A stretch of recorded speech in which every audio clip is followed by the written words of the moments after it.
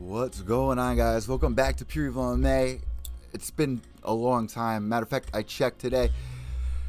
Last time I did a podcast was actually January for McGregor vs. Poirier 2. So I'm back in the studio. I have a lot to talk about, and it really goes with the craziest part is it lines up with UFC 256. So it's almost, God's plan, I guess you could call it. Because the way I look at it, the way I see things is Conor McGregor has not had the eye of the tiger. I have not had the eye of the tiger. So everyone, when I tweet out or when Conor's about to get ready for a fight tomorrow, everyone's asking, are they back? Is Conor back? Is Evil Eddie back? And here's what you have to find. At the end of the day, there's only one thing that a lot of us have to look forward to, whether it's, and I've said this before in a lot of other podcasts, whether it's, a shitty day at work, or you're a young kid and you're yelled at by your parents, you're going through a breakup, you're just having bad luck. We have MMA, we all unite. This is what makes us happy. We escape from the world. And we all meet up to watch MMA and discuss MMA. Well, for me, I lost that love. I was going through nights with, my own personal demons, being in a relationship, trying to, not be Peter Pan, trying to be what Wendy wants Peter to be. And, for Conor McGregor, it's very similar. If you look at it, here's how I feel. When I first started podcasting, it was like a little boy in the dice hall. I don't know if you guys seen A Bronx Tale, but if you've watched A Bronx Tale, Colagio, at the beginning of the movie, he sees all these gangsters, and they're all having fun. They're making money. They're making money, but not going to work like the other podcasters I saw in the business. And I was like, you know what? I want to do that. I can do that. One day I found my in. I was on Twitter. I connected with a very popular manager. May he rest in peace, Mr. Legend, the King, Brian Levick, who also helped James Lynch, who was interviewing the same guys at the time. And I've watched guys come and go throughout the years here in this business, like a real lot. People come and go. And I would say that on a lot of podcasts. I never, ever wanted to be that guy. James stuck with it, doing the same thing I'm doing. But then you lose something. I can't pinpoint what that something is, but you kind of get distracted. And here's how I put it, going back to A Bronx Tale. At the beginning of the movie, Colagio sees these gangsters, and he wants to be a part of that crew. And he gets a foot in. He goes in the back halls, and they're playing dice. I think they're playing CeeLo or something. And he finally gets a taste of the life, and he loves it. From that moment on, he is addicted to it. He has an open door to that lifestyle. And I put a lot of work in over the years. Conor McGregor there was a hunger there. There was an excitement. It was so real. You could taste it. In my head, it was my destiny's work, going to broadcasting school. And then watching, I was meeting so many people that have now become UFC champions. I mean, Colby Covington, Sean Shirk, Mayhem Miller I've gotten to interview. I've connected with, Chuck Zito, so many people. I mean, the list goes on and on. You guys can check it out, Pure EVil MMA on YouTube. But it got to the point where I was looking for something more in my life. This wasn't enough. At some point, I felt like life was catching up with me. Kind of like Conor, he's having a baby. He's getting called out for talking to this one, that one. Drinking too much. Not having the eye of the tiger. And it's very easy to lose. If you guys go back and remember when Conor got injured, and in a couple of interviews he would mention, in that time I was able to sit down and I was able to watch fights in a different manner. I was able to see the movements more in a primal way. As I sat back, I was reflecting on, the podcast. This year, we made it to number 26 or number 27 on the top 40 MMA podcasts you must follow, which are awarded every year. And every year I would climb and climb and climb. And guys, I want it so bad. There's nothing that has ever made me feel as alive as I once did here doing this podcast with you. It was like we were going through life together. Every weekend there was a fight and there was a lesson to be learned within that, the story that the broadcasters wouldn't talk about, which is what I needed, which is what a lot of you guys needed, was that story, to be relatable, to know that you and Conor will both be laying your head down tonight on a pillow and closing your eyes. And like Dr. Seuss said, when you wake up in the morning, the world's out there. Go and get it. There's lessons to be learned. Dustin Poirier, he was talking about it in a couple of interviews. You know, he was hungry. I don't know if you guys seen Fightland. I've been telling everyone to watch Fightland. At one time, it was free on YouTube, or maybe Netflix. But it was about his come up, and you know, all through the years, him in, you know, elementary, middle school, high school, and people would show up at his door. His mom shared a story. 3 guys showed up at the door and confronted Dustin. Dustin came out, whipped all their asses. You know, there's a call and there's a hunger to want more. And then when you start seeing it, you start chasing it more. You start believing it. And like Muhammad Ali said at one point, which is why I have his photo right here. Before this fight with Sonny Liston, Muhammad Ali said, actually it was after the fight, I had to believe I was a champion before I could become a champion. You have to believe in yourself. I was around a lot of my friends that made me feel like it was stupid to do what I was doing, being a podcaster. And I would tell them all these exciting things, all these exciting people I was meeting, all these opportunities knocking at the door if I just rolled the dice right. And I kind of, sadly, was realizing that maybe I was going to have to be somebody that had to rely on a safety net. I was going to have to set something up where, and you see it happen with a lot of fighters too. These fighters go in there, they train, they're paying, you know, thousands of dollars. They get a fight, you know, you make $10,000, it's gone. And you have to work a second job. Even in the UFC, you know, you could be the top 20 podcaster. You still got to push forward and make a life. And I was starting to believe that, you know, maybe I should let this go. But why? I made it so far. And you ever see that meme where that guy's digging for gold, digging. And it's right there. Right when he's about to give up, he's about an inch away. He turns around and he walks away. Below that is a guy who just keeps pushing. I had to find my reason, my purpose to keep pushing. And I finally realized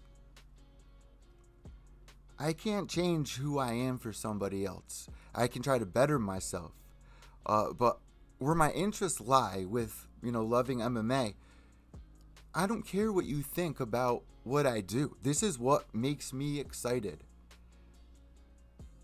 And if these people have never seen it happen before their eyes. They don't get it. They just want you to work the 9 to 5, which I understand. And they want you to give up on your dreams, and we see it a lot. I feel like Conor was right there as well, where he needed to refine his purpose. I needed people, it got to me, man. The doubting got to me. The chaos, which once I would thrive in.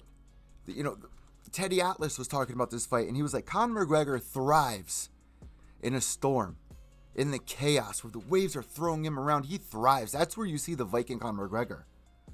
Right now, you're seeing Conor McGregor in a pond. You lose that sight. You lose that purpose. You lose that drive. You start focusing on this person, that person, this thing. What's the right thing I should be doing? Is this God's plan? And you know what? I've learned this over and over and over again. I could leave tonight or tomorrow morning and I could die. I could have not done this podcast tonight and laid down and let another week go by. I could have let another 6 months go by. But guys, right now, I feel alive. I'm back here. I'm doing this thing. Conor McGregor, you know, from what I saw tonight at the weigh-in show, it seems like he found that chaos again. Everyone's doubting him. Dustin Poirier puts in all the work, and it just becomes to the point where you push past all the neglect that you're receiving, all the doubts that you had in your head. I posted on my YouTube page, and this was just 2 years ago, guys.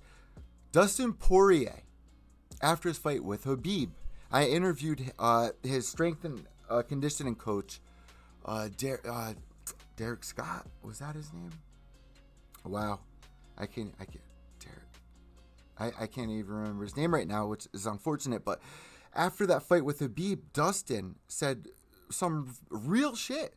He was like, you know what? It's not fighting to me anymore. All this talking, all the trash talk, which got to make you big. And, you know, Conor changed the game for a lot of people, but Dustin was giving up on himself. And let me find that for you. Oh, mate, Dustin Poirier. This is, if you look at Dustin here and Dustin now, this almost got 500,000 views, guys. I posted this 1 year ago. 1 year ago. It's just a 15-second clip. And I want you guys to sit there and I want you to reflect on it just as much as I'm going to be. I haven't watched this clip in a year since I posted it, but I knew that this was important because I saw the struggle every day. I grew up being told I wasn't going to make it to the NFL, that I should settle down and figure out what I was going to do for a career. Dustin Poirier was believing that in the UFC, this close to becoming a champion. I was about to quit. Being in the top 20, I could taste it right there. I finally make money doing this thing. Sponsors knocking on, like legitimate sponsors, interviewing UFC champions, and I wanted to give it all up. And what happened when I gave it up? I became miserable, guys. I became miserable. I lost sight with not just the podcast, but my identity and who I was, and started doubting myself. And right here in this very small clip that Dustin was just sitting on his bed for, you know, he didn't set up an interview. He was just sitting on his bed thinking. And he presses record 1 year ago. And here's what he had to say.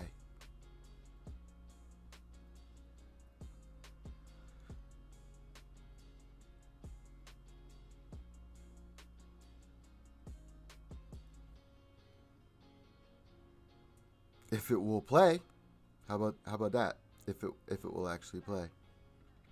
Disconnect. Okay. Here we go. All the build up for what? For this. Thank you guys for the support. It means a lot to me. If I choose to fight again, I'll be back strong. If not, I'll see what God has in store for me. Thank you. That's it. He was about to quit everything in that moment. And you got to ask yourself, what brought him back? You know, there are interviews that he did where they would be like, Dustin Poirier is about to come on, the guy who recently lost to Conor McGregor. He didn't want to identify as that. And that's what it became. That moment when he started building steam back up. And let's actually look at Tapology for what that moment was. 27-6, McGregor 22-5. I actually saw a tweet tonight. McGregor is 3-2 since 2018. So let's check this out. Dustin Poirier on a 2-fight win streak. All right, he beats Dan Hooker. Great fight. This was a year ago. I was in Atlanta, Georgia for this fight. Wow. And after that, beating Conor McGregor in round 2, obviously via TKO, believing in himself once again. But it was after this fight against Khabib where he believed in himself and then he lost. And there were a couple of moments in that fight that had me at the edge of my seat feeling alive.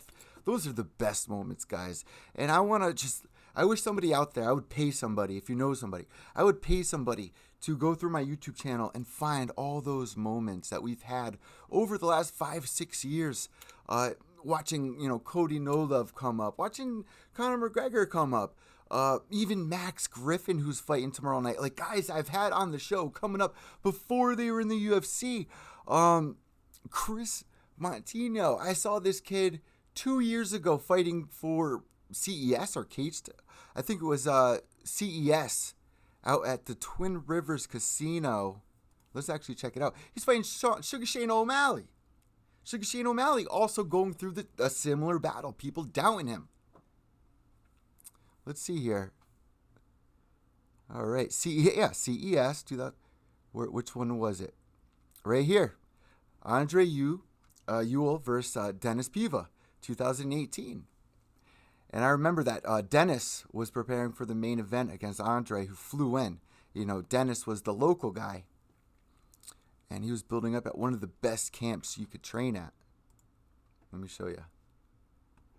And he felt like it was his time, man. He felt like it was his time. Andre flew in, and he put on one hell of a performance. One hell of a performance. All right, where does he train here? Where does it say his fight camp? Whoa. Ooh, maybe he's no longer... Wow, that's kind of confusing. I'm not even going to say who he trained with then and throw it under the bus. But one of the best camps you can be with, he felt like it was lined up for him.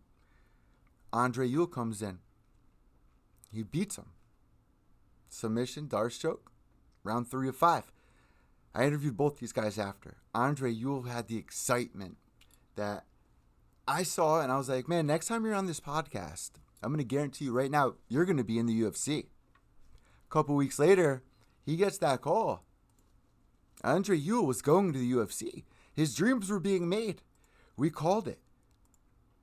And now I can sit back and watch these people that came from the same place that I am, but had a dream and put in the hard work, were able to overcome obstacles, were able to wake up every morning excited. And any obstacle in their way, they found a reason and purpose to push through that, because that gold was right there. And they weren't letting anyone or anything take away the thousands of hours, the sacrifices that they have made to get as far as they have come. I wasn't going to let that happen. And I feel like UFC 256 is about that life. Listen, I want to go with Conor McGregor here. I'm liking the energy. And if you guys know me, I usually make my predictions off of the energies. I've eaten a lot of acid in my life. So, and also shout out for marijuana becoming legal in Connecticut. Shout out to that one time that Conor McGregor's coach, Coach Kavanaugh, retweeted my video and commented of me calling him out, pretending like he didn't know he was eating weed brownies. All right, so moving forward, guys, let's look at the rest of this card. There's a very interesting fight that I'm really excited about. Greg Hardy versus Tai Tuivasa. Bam, bam, back in it.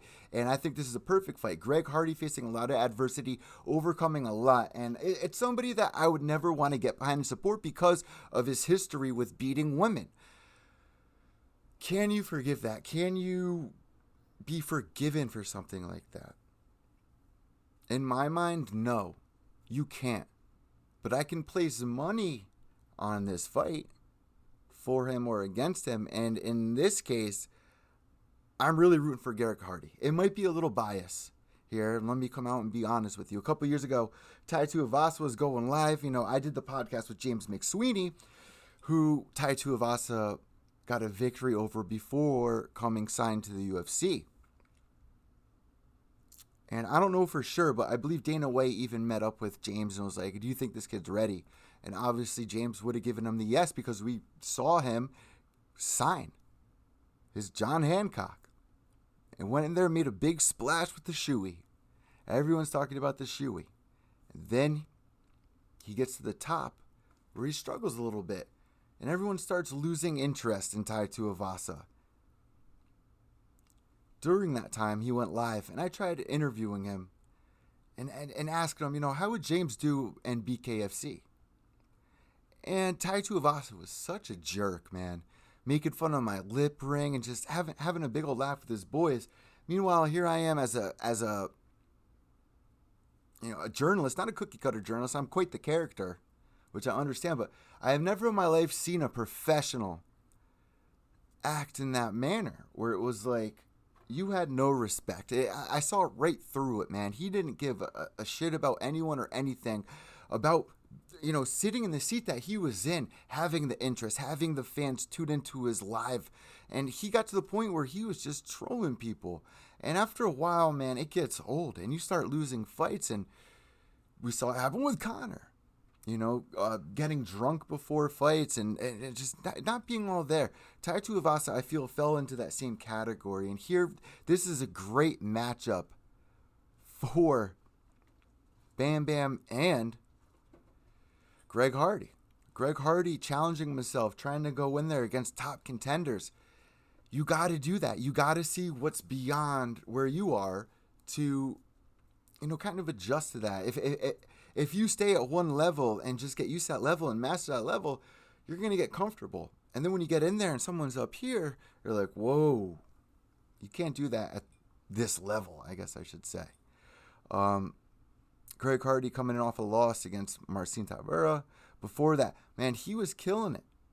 2 losses since 2019. He's staying active. It's a huge part, which we saw with Dustin Poirier and how much of an effect that has on fighters staying active. A lot of people might say that ring rust isn't real. Over the years, I've asked tons of fighters this question, and I'd say 90% of them would agree, but there are those 10% that it doesn't. Ring rust doesn't affect them. I saw a guy that was overseas. It matters. I think it was the same CES card as Andre Ewell and Chris Montino. He was a vet, and he had really bad PTSD, and it was like 3 years, I believe. It was like 3-4 years since the last time he stepped in a cage, and he stepped in there, guys, and put on one hell of a performance. So there is that 10% that can do it. Conor McGregor, I don't think, is that 10%. When he was active, he was getting it done. Greg Hardy, taking a grape from the vine, and with that lesson, he's learned a lot over just becoming from the Contender Series till now. When he went into the Contender Series, Dana was like, I don't want to bring you right in. Go get a fight, and then we'll discuss it. He put in the work, man. You can't take that away from him, despite his past history. It's no one I would want at a family dinner or anything like that until they proved, no, I don't even think I could say that. If you hit a woman, you're just the lowest form of anything. I've had women hit me, throw glasses at me, insult me, say the worst thing. You don't do that, man. You don't have self-control. If you don't have self-control, you should not be in this business. I do believe that moment that he went through with that situation, being kicked out of the NFL, it was a turning point for him. And some of us need that. It's God reaching a hand down and being like, listen, son, you've lost your way off path. Let's get you back on path. You may never fully be accepted, but in your heart, you will know. And that's all that matters. As long as you know who you are now, the past will never go away. All that matters is right now.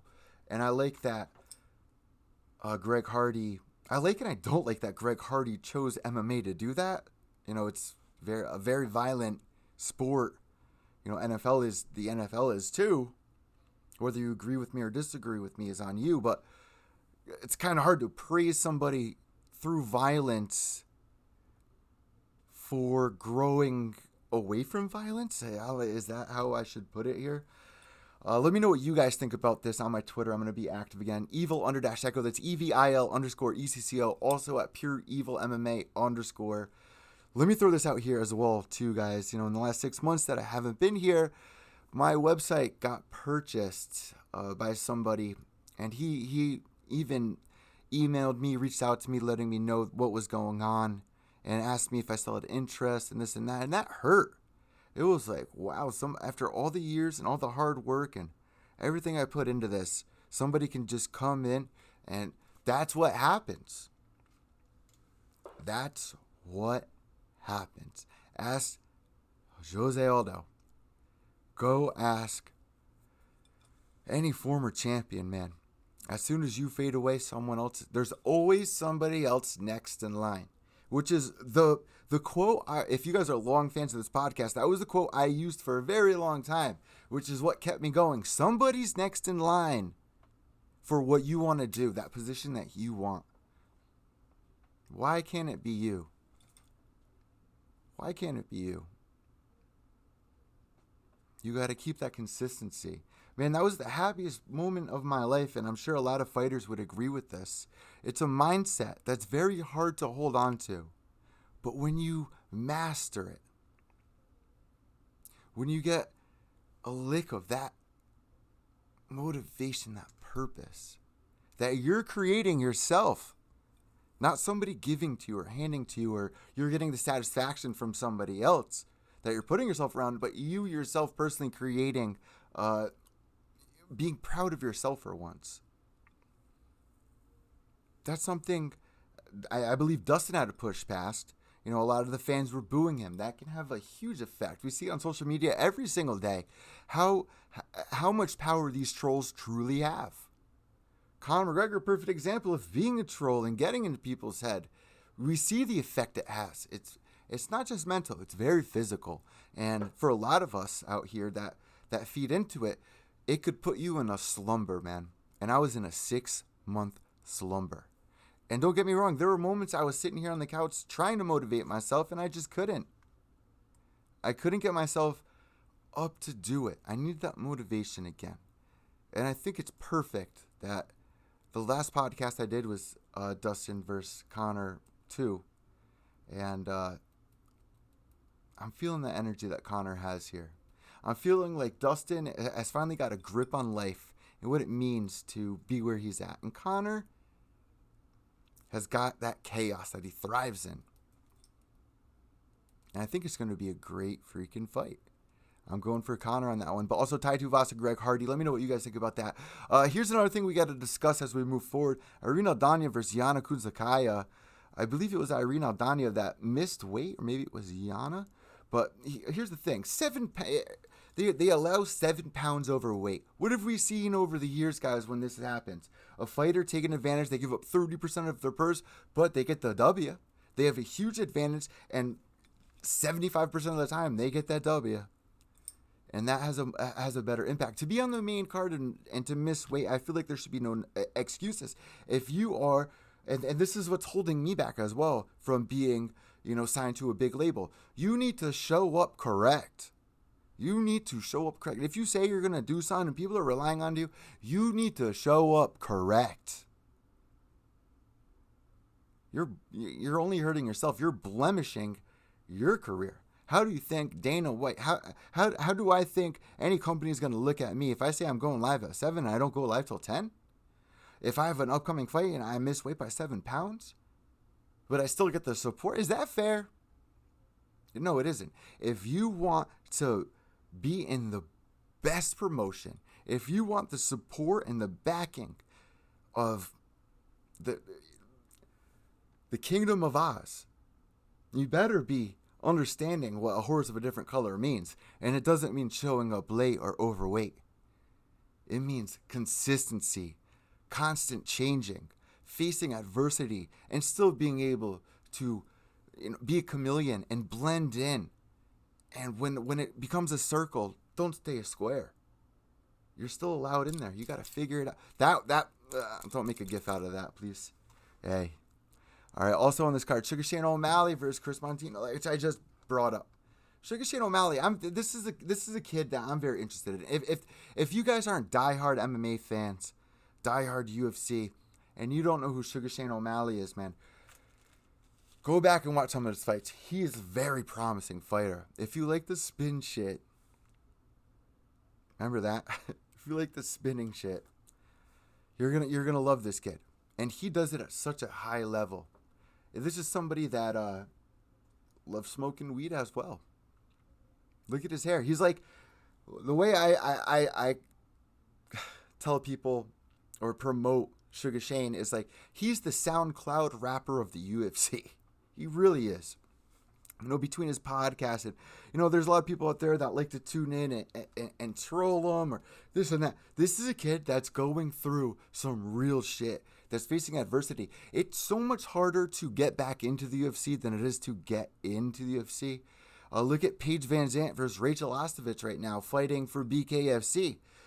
BKFC going through changes as well. They became like kind of what the UFC was back in the day, where it was, no holds bars, these big grizzly men versus these little crazy kung fu guys knocking out teeth, this and that. And then it became the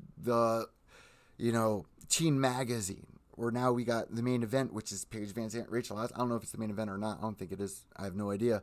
But listen, Paige Van Zandt, Rachel Ostovich, I know a girl that beat Rachel Ostovich. I know a girl that's been dying to kick Paige Van Zandt's ass, and the fans are behind it, and she's been on the show multiple times and not getting the love that she deserves. If you want violence in a main event versus Paige Van Zandt, it's not going to be Rachel Ostovich, man.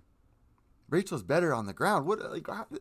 Misfit Ferreira should be in this position, not Rachel. And it kind of makes me upset. We've seen this in UFC for a while. You got to be pretty. You got to be this, that. You got to be CM Punk. You got to have this guy behind you. You got to have this manager.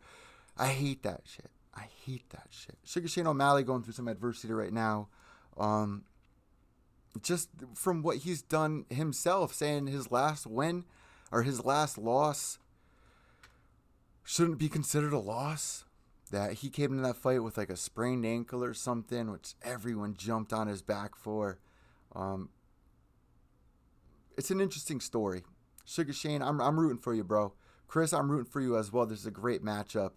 And definitely deserves to be on this main card. Max Griffin versus Carlos Condit coming up after that, or before that. Max Griffin, another guy that we've seen on this podcast 3-4 times. I have his number in my phone.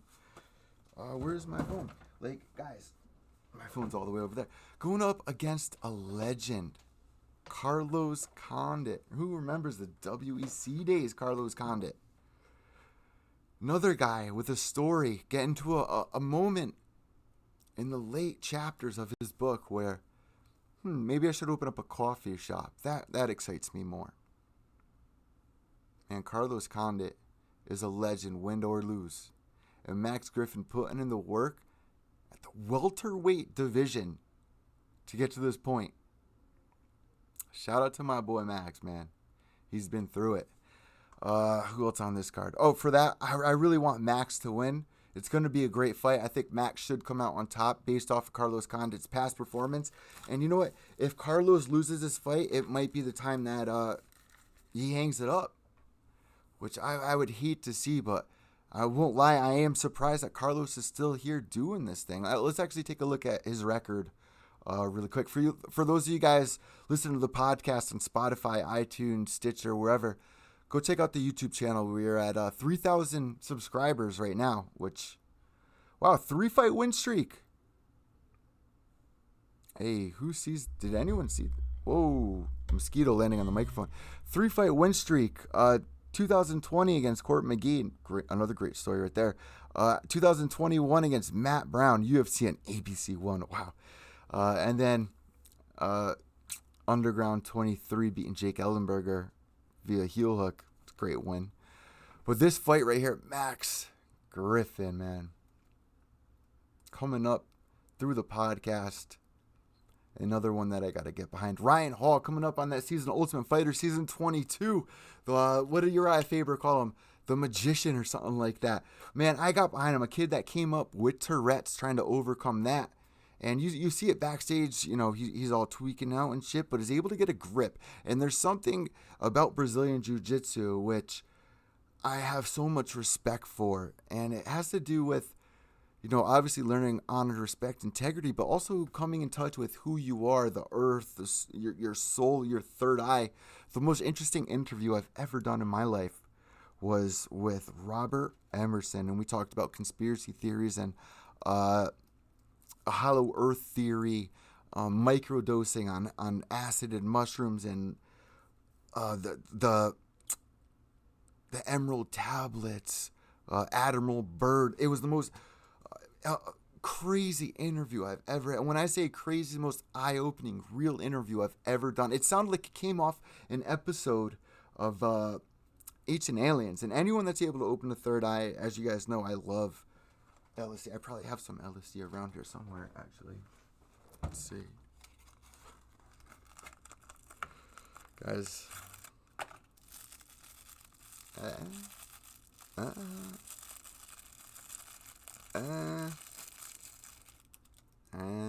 Should I take some?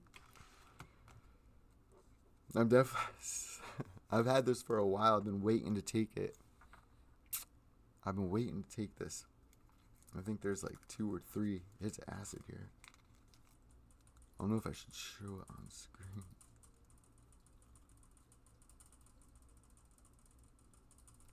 There's 2 right there. Off a Rick and Morty tab. This could be crazy if I do this. If I do this, guys, we're going live tomorrow night. And we're doing a fight companion. And if I'm already having all this, am I doing this right now? I'm doing it right now, I guess. All right. Oh my God, I just dropped it inside my keyboard. Are you kidding? That's okay. I'll take another piece. Oh no, it's right here. All right. Cheers to the future.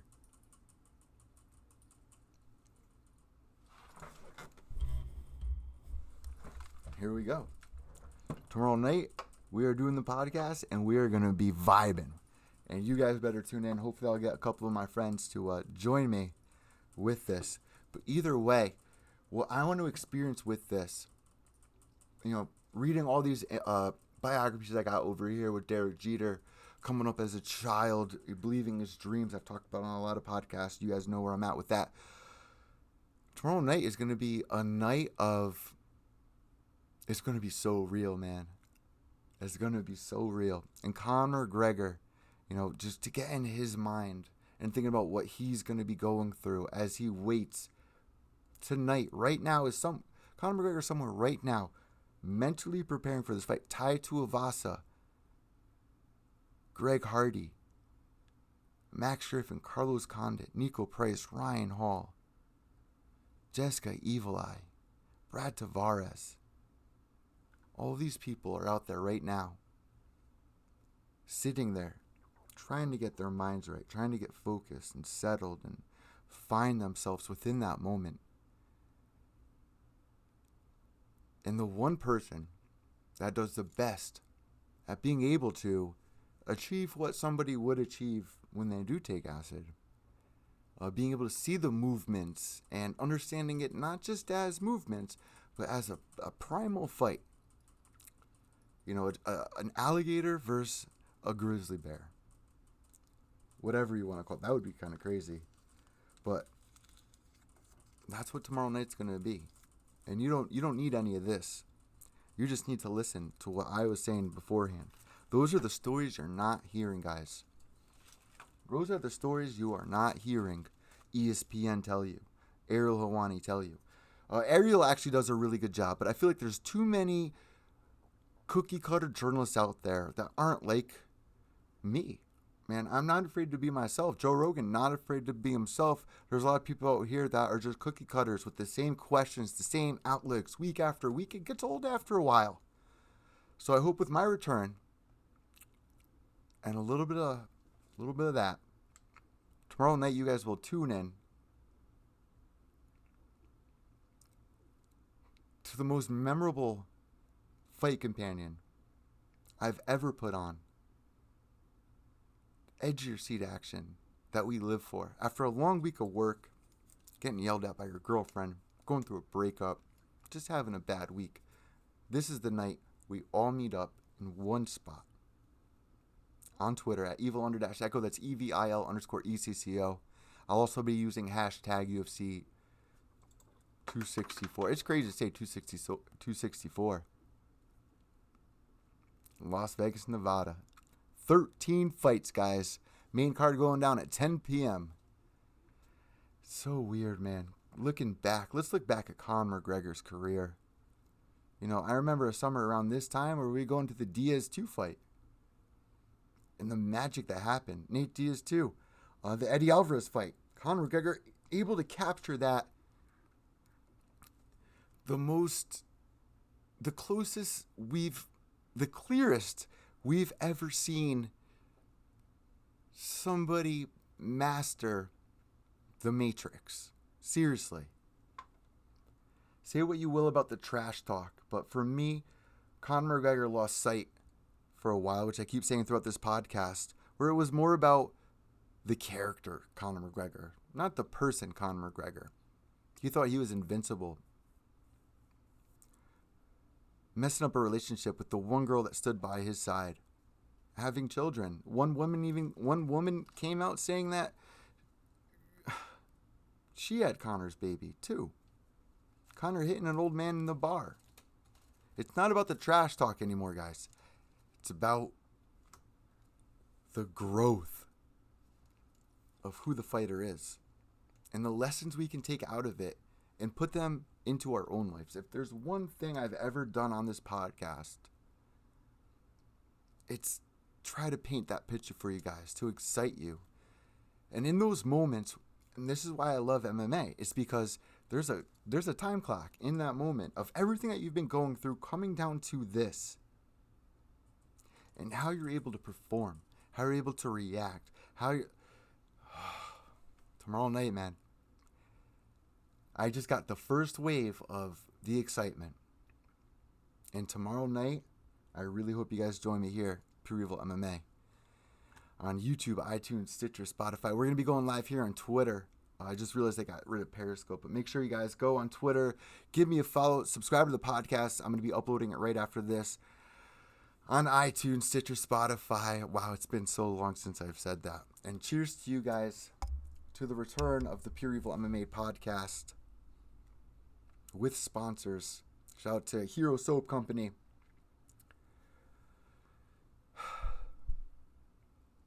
I'm back, guys. Now we just got to find out if Conor's back. Cheers.